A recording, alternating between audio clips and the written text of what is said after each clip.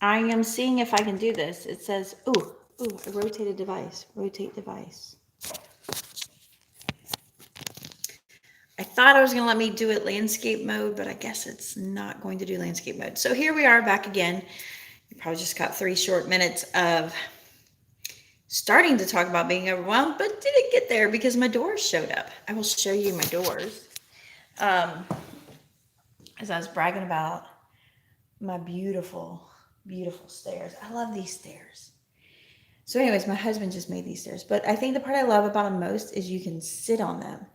And he's talking about going steeper so you don't hit your head up there. But I feel like if you go steeper, it will make it not so you can sit on it. Good morning, Lori. How are you? All right, so let me show you what just showed up.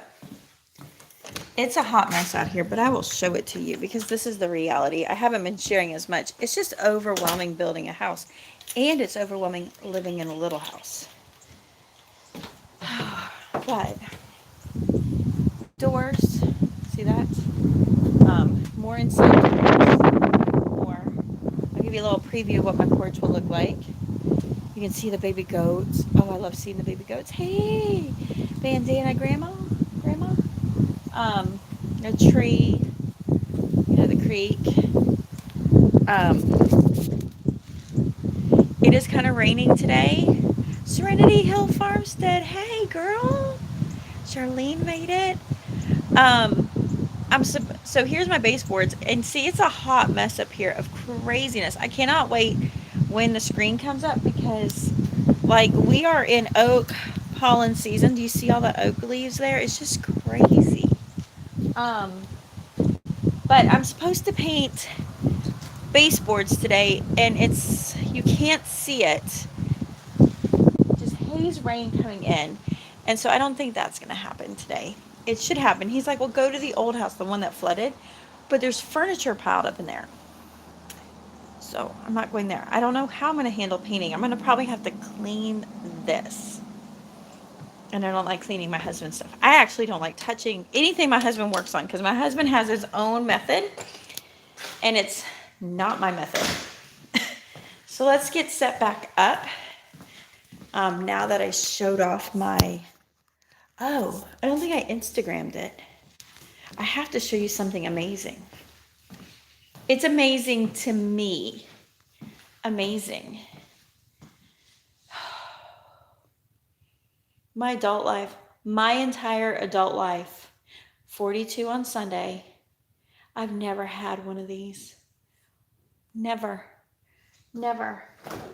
And look, do you see this?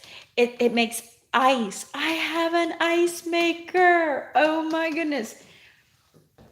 18 years, no ice. Nice. Thank you for the happy pre-birthday. Okay, will you ever homeschool again? How are your kids doing in public school? All right. Some of my kids are in public school, and some of them are not. If that helps. And if you can't hear me, let me know. To get at the right height for the window, maybe I should come down lower. Sorry, I'm figuring this out. I haven't been videoing very much. Kind of like this. I do like this. Nice and low. Your house looks amazing. Looking forward to the transformation. Me too. Okay. So I am still homeschooling 2, and I have 4 in public school. And just the mere fact that I'm not homeschooling constantly, I'm getting a lot of not love. Like the opposite of love. I'm getting a little hate for it, but whatever. You have to do what's right for you. And I think that's the most important thing. And it has been very roller coaster. So some of the reason why I haven't been videoing on the topic. Well, number one, I haven't been videoing because there's not time to video. I literally just drive. I'm all over the place all the time. And then I've been doing a little work, and that makes it just crazy, right? And so I'm just, you're a good mom, whether or not you homeschool. Thanks. And I'm trying to be a good mom. And I'm trying to deal with, like, what are some of my reasons whys? I used to think homeschooling was the answer to all things, but I've realized this is not the case and it's very freeing. Okay, so with that, my high schooler and my fourth grader are home. And I revealed last week when I did a live stream, that, it was very affirming to me. And I had somebody call me out in the comments, like, pull yourself together, stop being so insecure, affirming to yourself because you're homeschooling your kids and your kids want to, blah, blah, blah, blah, blah. And it made me question, like, do I even want to continue YouTubing my saga? Not really my saga, but just sharing my life at some extent, because I'm like, I don't want to get beat up for being honest and being revealing, because, in some ways it's very nerve-wracking to put your stuff out there, and haters are going to hate. Amen. Haters are going to hate. And I just realized, that's probably coming someplace from that person, that, here's what it comes down to. If you can't like me as this one-dimensional YouTuber because I don't homeschool like I did, or because I'm not being who you want me to be, that has everything to do with you, not me. And I say that. What does that sound? Oh, that's the dishwasher, or the whichever. That has everything to do with you and not me. And trust me, I'm a people pleaser. I want to be, I want to be liked. I hate to say that. I'm going to give my thumbs down. You're not homeschooling. I'm going to thumbs down you now. And you're not being who I need you to be. And I get it. Sometimes when we walk through scary places and we feel like we're walking alone, we need to feel like there's somebody we can relate to, that we're walking next to, so we're not going about this new journey on our own. Your videos are so encouraging. This is from someone who has graduated 1 and has been homeschooling 15 years. Oh, thanks. Right. We're not called to be gods. And so with that, so I've been very busy. And then the other part is, I've had some truth bombs that I've had to deal with, like why I homeschooled. And I wanted to voice those concerns, and I didn't want to do it like pinning me and my heart to the ground. But I learned real quickly, I have to be very careful how I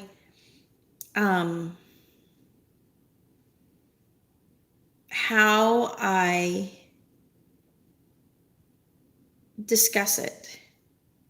I have to be very careful, because it's very fragile ground. And I got called a homeschool hater, right? I'm like, I'm not a homeschool hater. I'm like, if homeschool is good for you, do it. I'm a school choicer. I just didn't think I was going to pick that choice. I didn't think that choice was going to be picked for me to do public school, but it is.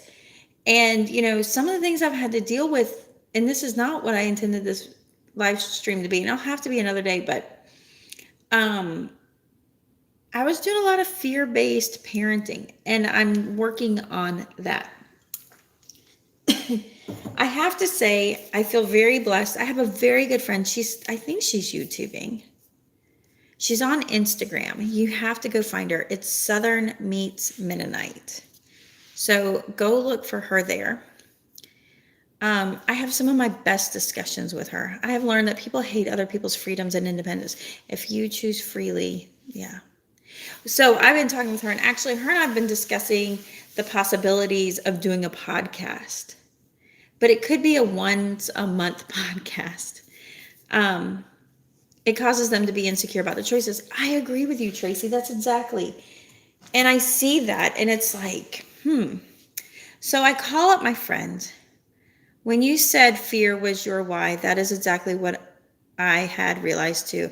Then I went through a bit of an identity crisis, right?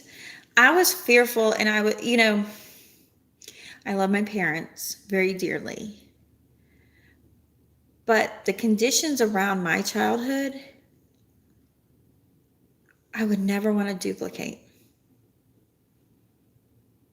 Um, I'm a step on toes here because it's now more common than it was when I was a child. Being raised in two separate households because parents are no longer together is a hard childhood. Some of you are going to thumbs down me on that one because I get it. You're doing the best you can and you're trying to compensate for it. And sometimes the situation you're now raising kids in is better than if you stayed. I get it. It doesn't change the fact when you're raised in two households, it's so hard. And in the 80s, nobody else was dealing with that yet. It wasn't as prevalent as it is now. And I'm going to tell you, as a child raised in the 80s, it doesn't change the fact that things aren't going to be different. It is still hard. It is two cultures. You bounce back and forth and you have no idea how to really firm out your identity. There are some parents that are trying their best to do this really amazing. And I've seen some, but in the end, it's still two homes. It's still two cultures. It's still so much being between the cracks. It's still so much of jealousy. And, it happens. It happens whether you want to or not. And I'm terrified to say this because I'm probably going to be told I'm wrong. And not that I'm not okay with being wrong. I'm okay with being wrong. But in my family, there was a his, hers, and ours. The ours and the hers lived in one home, one culture. Because sadly for my stepsister, her dad was not there. And my dad stepped in that role and was amazing. Not perfect, but amazing. I was the only one that lived in two cultures. And sometimes kind of three cultures because my grandparents would step in. And in that place of fear that I don't ever want that for my kids, I then compensated it so much. So that's kind of like my fear-based source of it. And I was caught through the cracks in extracurricular. I was caught through the cracks in academics. I was caught through the cracks in so many places.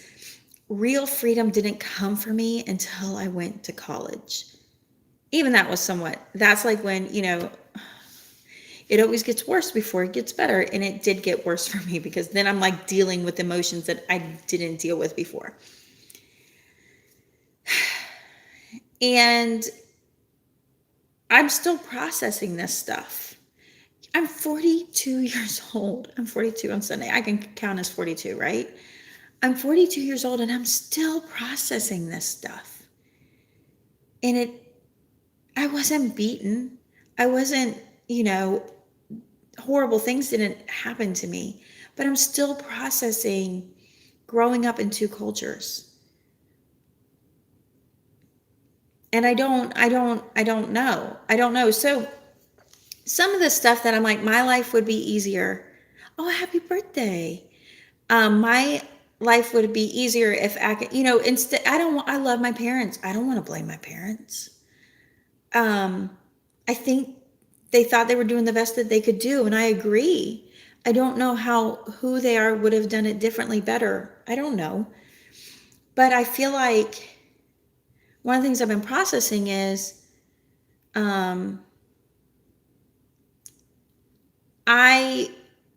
it's safer to say I wasn't educationally prepared for adulthood as best as I could be, and I'm not going to let my kids fall through that crack. And all things are bad. But me. And it made me realize I was doing a lot of things in fear as a parent, as fear. So, with that said, I kind of laid a lot of emphasis on academics and learning over relationships, because I'm a fun person to be with. I can be a fun person to be with, and I can also be a very critical person.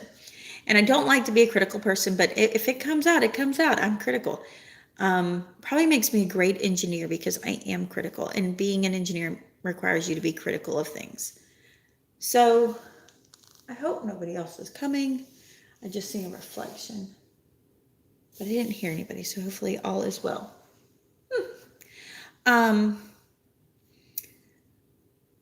So I realized I haven't always, we're very social, but in a controlled environment that I feel like being around. And if the going gets tough, mom gets going. And I've kind of taught my kids to do some of the same things. And I have now lately, I made the realization that I'm a fun and happy mom, but the educational aspect of homeschooling takes over and it becomes primary. And I'm really working on that. Right. I recommend Heather's Mind Change Method, also on audio. It's pretty quick and easy read and makes a huge difference. Discerning right from wrong requires us to use our intellect and be critical. Right.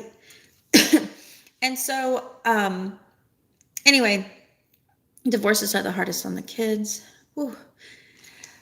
I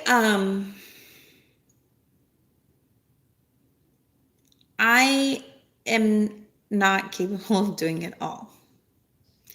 And I'm creating unrealistic expectations of motherhood for my children. So with that said, I called my friend and I just said, are you ever overwhelmed at the idea of being overwhelmed? And you don't know what you're overwhelmed about. But you know you have something to do, but you can't come up with what it is you're supposed to do, but you're overwhelmed knowing that you have to get it done. And are you just overwhelmed with the idea of being overwhelmed when you really can't have anything to do, but this idea that you should be doing something, but you haven't done it, and you don't know what to do, but you're overwhelmed because you know you haven't done it? Are you overwhelmed with the aspect of things that should come, that has a season to be here, but it's not here today, but you haven't done what you should do in the season, so you're overwhelmed that you haven't done that too? I know it sounds like a riddle, and it just came off my mouth like that because I was sitting in a moment of I'm so overwhelmed, but I don't know what I'm overwhelmed with doing. And I sit down to write my list on paper, and there's nothing there. And I'm so overwhelmed at the things I think I'm overwhelmed to do that are not really for me to do, that I'm too overwhelmed to do anything. And in the end, I'm done nothing.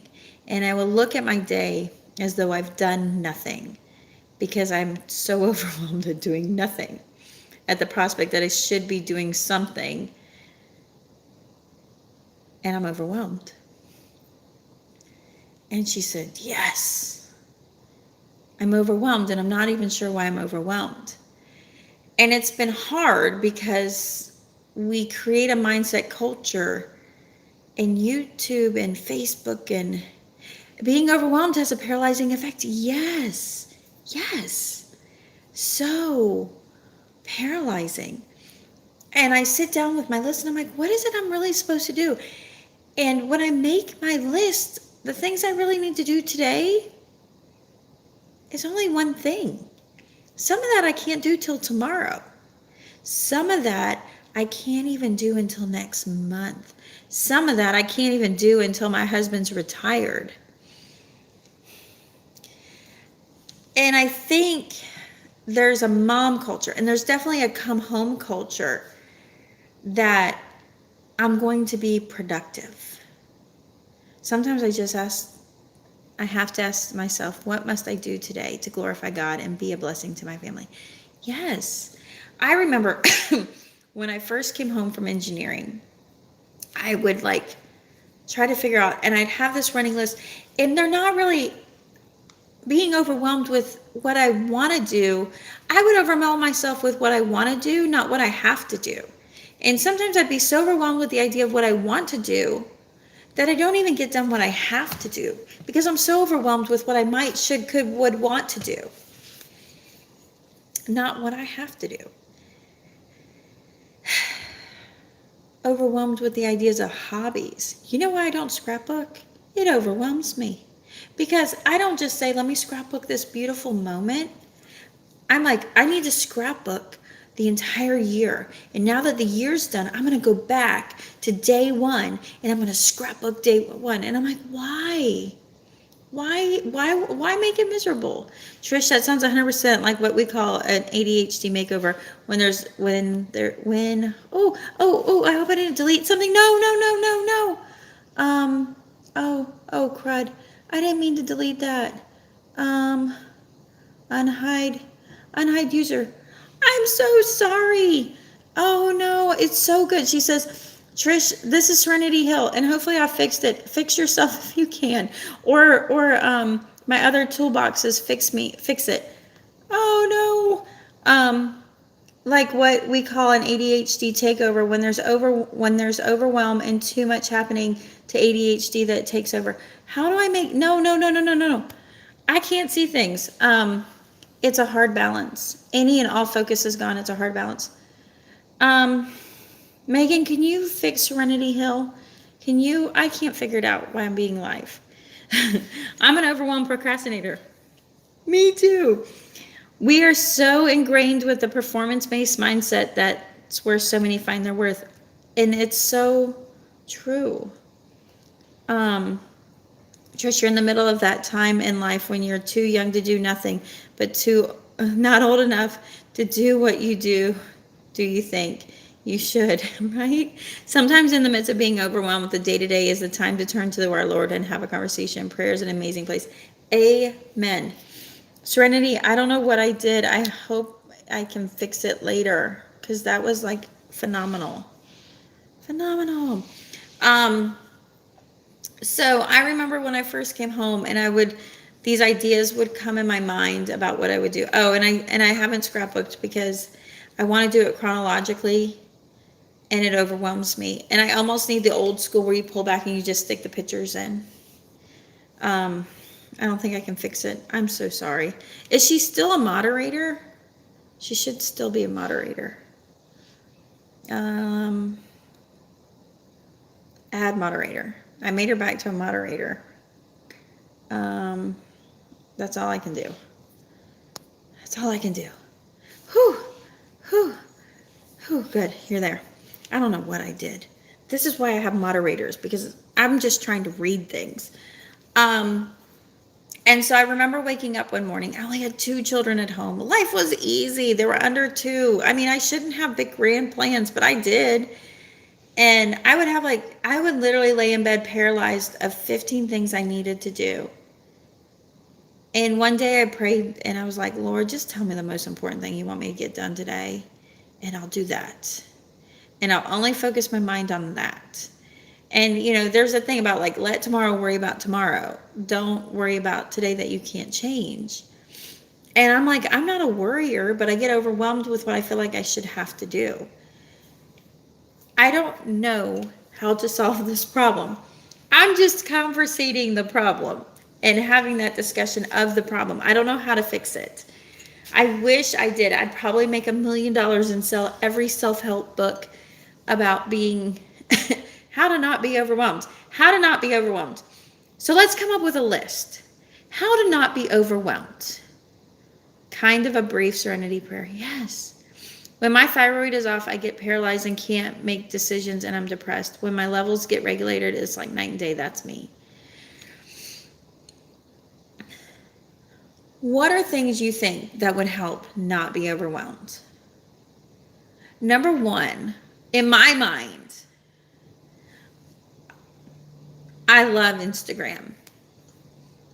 I love YouTube. I love Pinterest. I love Facebook. It's so great seeing ideas, seeing what people are doing.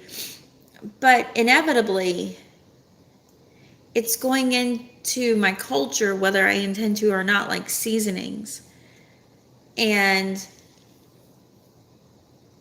when that happens, it's The soup pot. Okay, you're going to hear about the soup pot. The soup pot is coming to be a main discussion. You have your soup pot, and the things in your kitchen go in your soup pot. And it comes together in this beautiful, most of the time, melody, and you serve it up. It's funny you're talking about this. I'm reading a Christian book. It's called The Rejection Mindset by Mark de Jesus. I'm going to say Jesus. The mark of Jesus. So you have the soup pot and the things go into it and it flavors it. Now, metaphorically, we're saying soup pot because it's so easy to think about making your soup and putting your seasonings in. And you don't pour salt in like you pour broth in.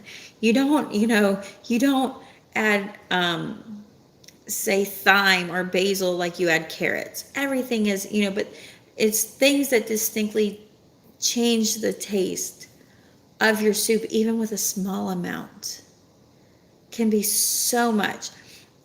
And if you accidentally put something in there you shouldn't have, it's going to show up. If you accidentally put a little cayenne in your soup pot, it'll show up. It'll be hot, whether you intend to or not. And in saying that, our life and our thinking is a lot like a soup pot. And what you flavor, what you put into it matters. And what I find, I just emptied a whole room into the rest of my house with the idea of putting it all back in orderly fashion. Why? What was I thinking? I deleted my Facebook and it has reduced my stress. I think it puts a lot of pressure on us moms and they're so negative. I'm enjoying the analogy of the soup pot. What we don't realize is what we encounter flavors the soup we serve in life. And whether I intended it or not. So I'm having some definite body diet issues. Not issues, but realizing there's a thing I can do called rejecting the diet culture.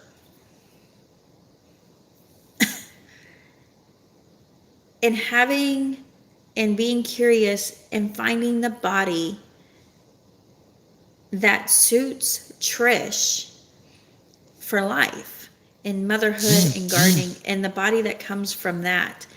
And it doesn't mean it's a beach body. And what has happened, and I noticed the images and the ideas we see, how many times do we go on Instagram to find something? And it's like before and after, look at their bodies before and after. And this idea of whether I mean to or not, I'm so influenced by the diet culture. I mean, shoot, how many times do I talk Wellness Wednesday? We're seeking this whatever, and we're putting this good and bad label on food. But we do that at home.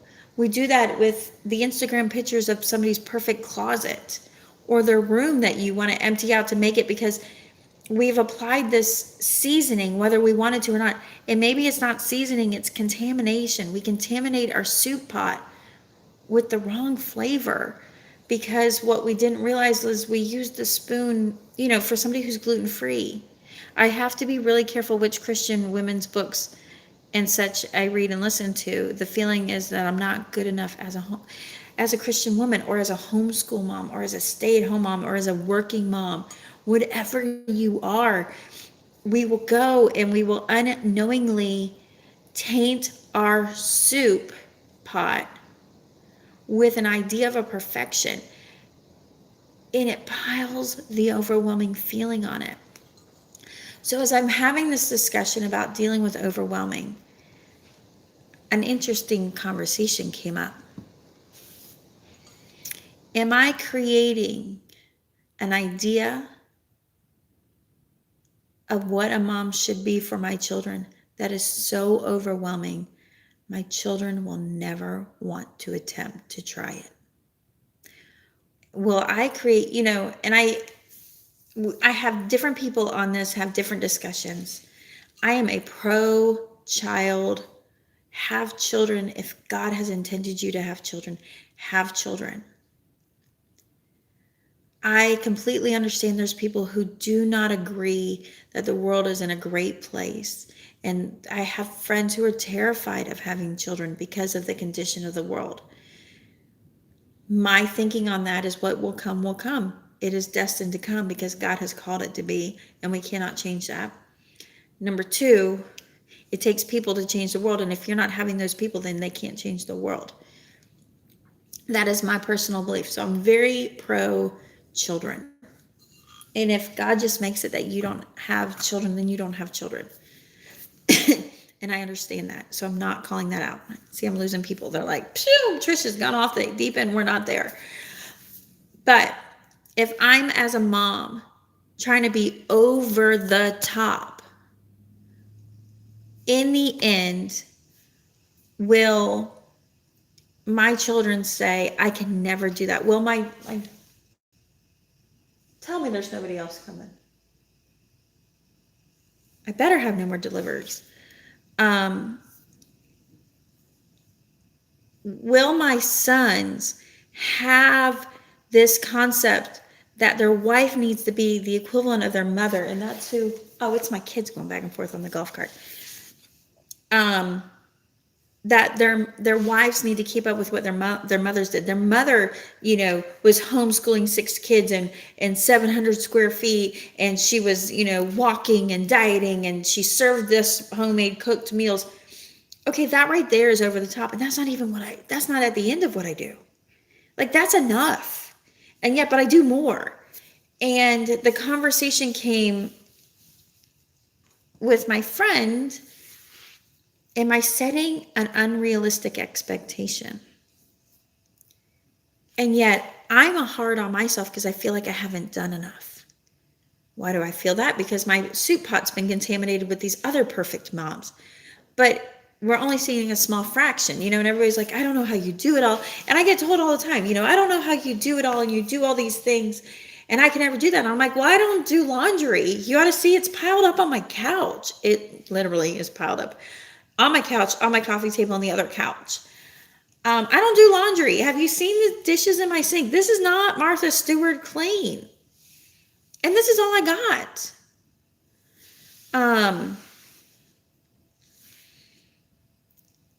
And it's like, oh.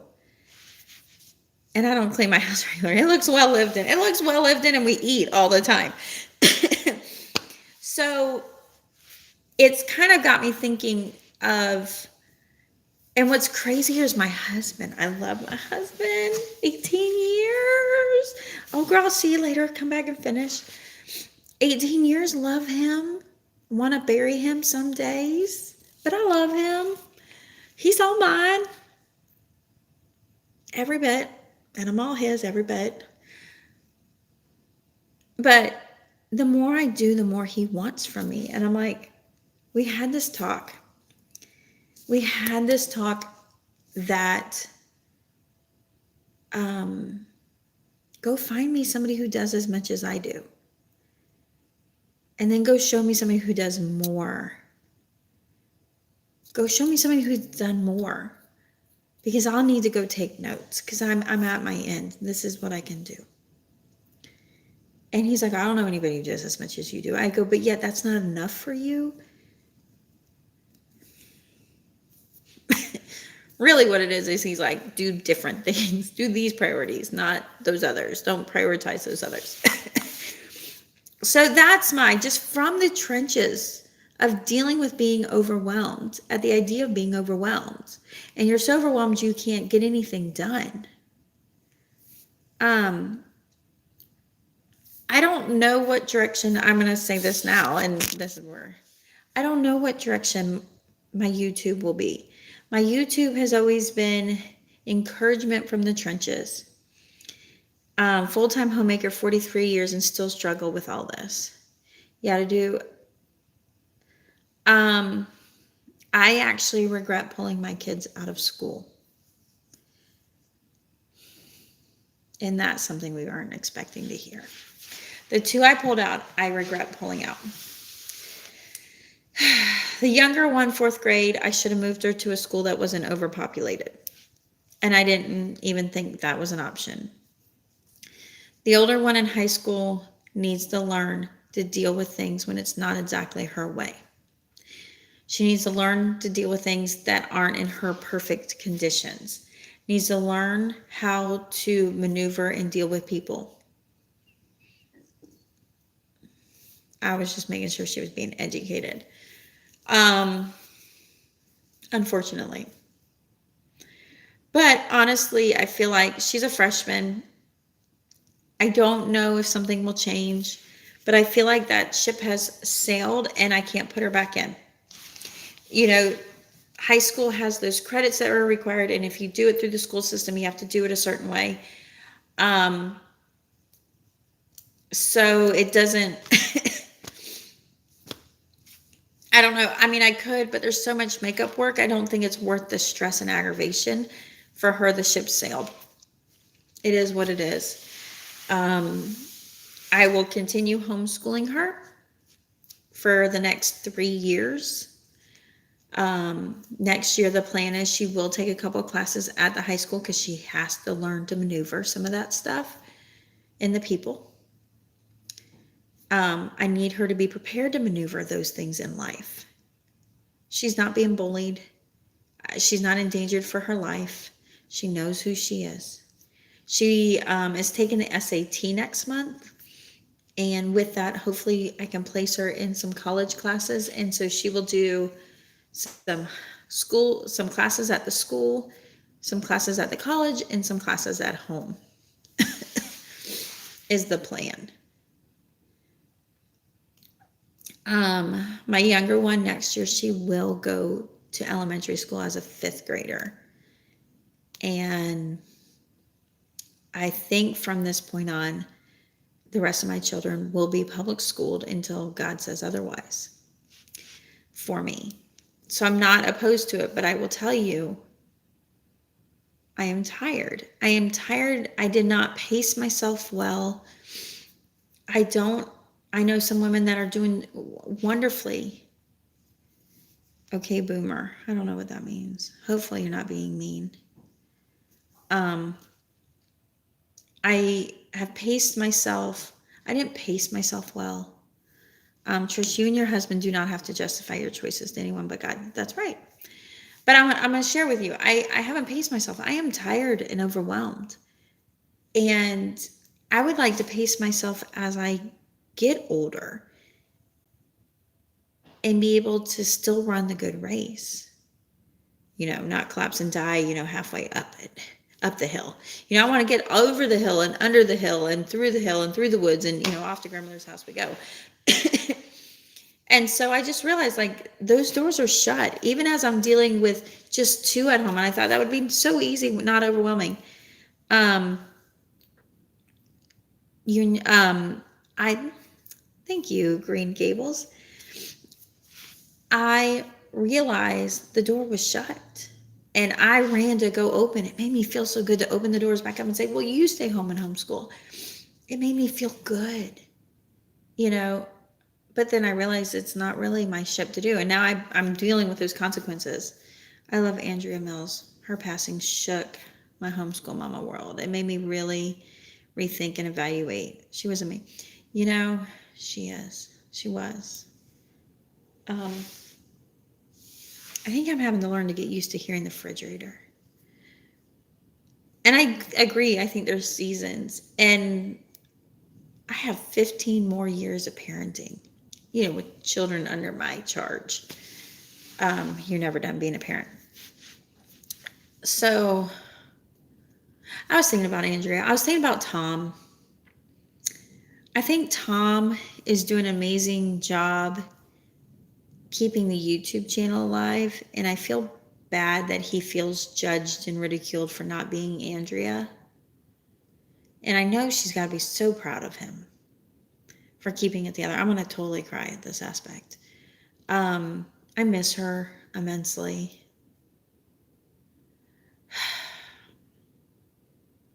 Anyway, she's rocked my world by being gone.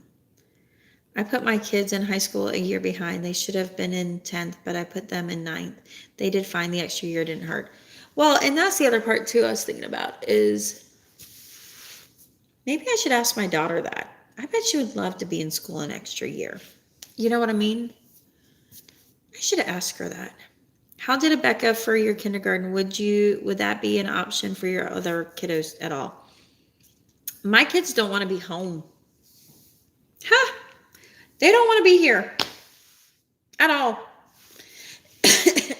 I still have them watch the Rebecca, but they get kind of, it's too schooly. They've been at school all day. We've been doing the IXL.com, and I've been impressed. Like the first kid's pretty pricey, but then I think each kid is $40 for a year after that, which is a really good deal. And I actually have my pre-K, my kindergartner, my fourth grader, and my high schooler do that, and that's been worth it. Lots of good extra practice. So that's my thing. My number one is be careful what you're tainting your soup of your life with. Yeah, my older kids, they're living for it. And I asked my daughter that's home, I'm like, do you feel left out? And she's like, no, a little. I should talk to her, like, would you be okay if you're still kind of classified as a ninth grader? I love this video so much. I'm glad. Thank you. I'm going to try and do better. It's going to be more live shows until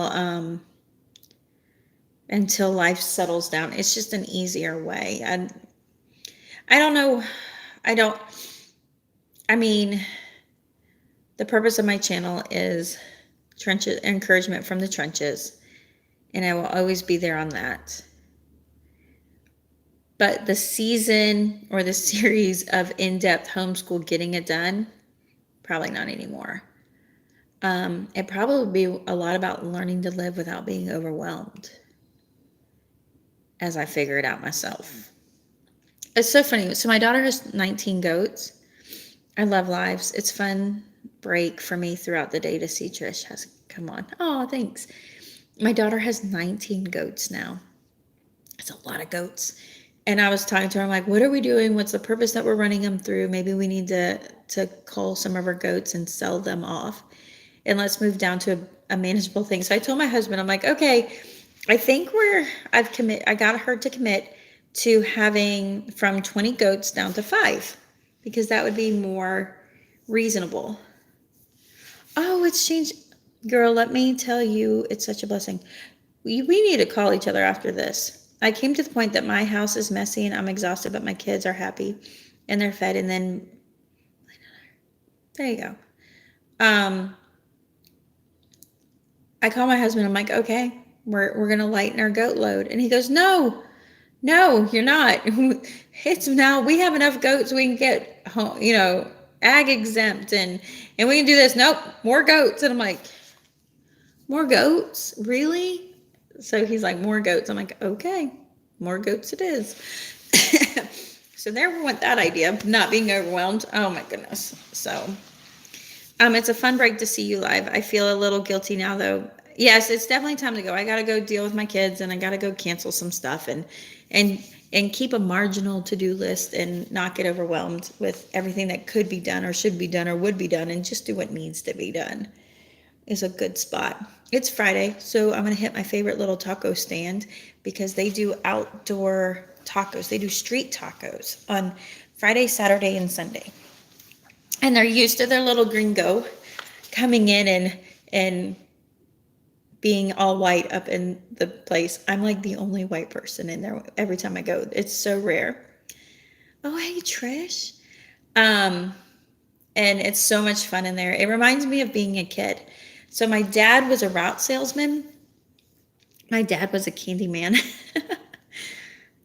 Oh, it's cold today, Mayflower. It is. It dropped down to the 40s. It was 87.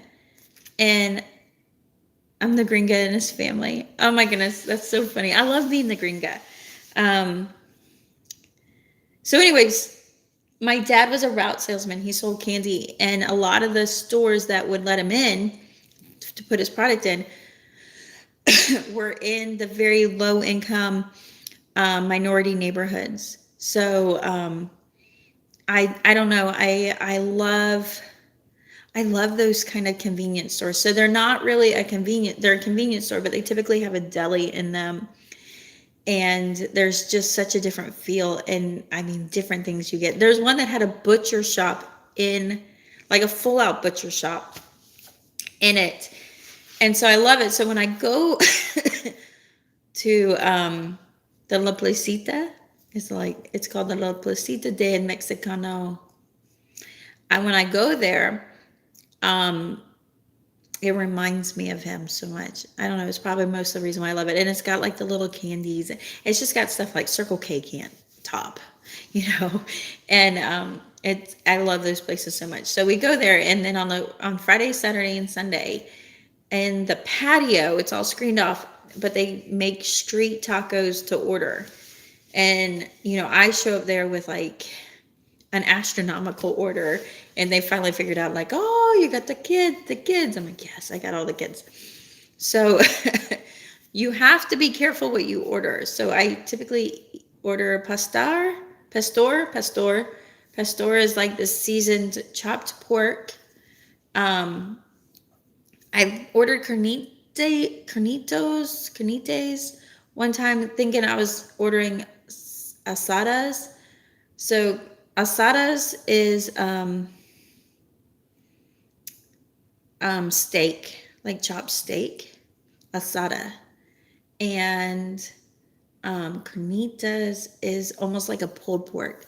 So then I was like, oh man, I got pulled pork. I don't want this pulled pork. It was divine. It was so good.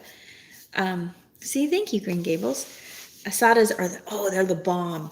I like the asadas. And then, you know, and so if you have them street style, it's just onions and cilantro and lime and the different sauces. Well, that's their street one. So there's probably a different way to have them. But it's really funny because I'm used to eating tacos with like diced tomatoes, lettuce, and cheese, you know, like Taco Bell does. And it's really kind of like, they're so good. So we order 4. I order 8 orders of 4, and I do 2 pastors and 2 asadas.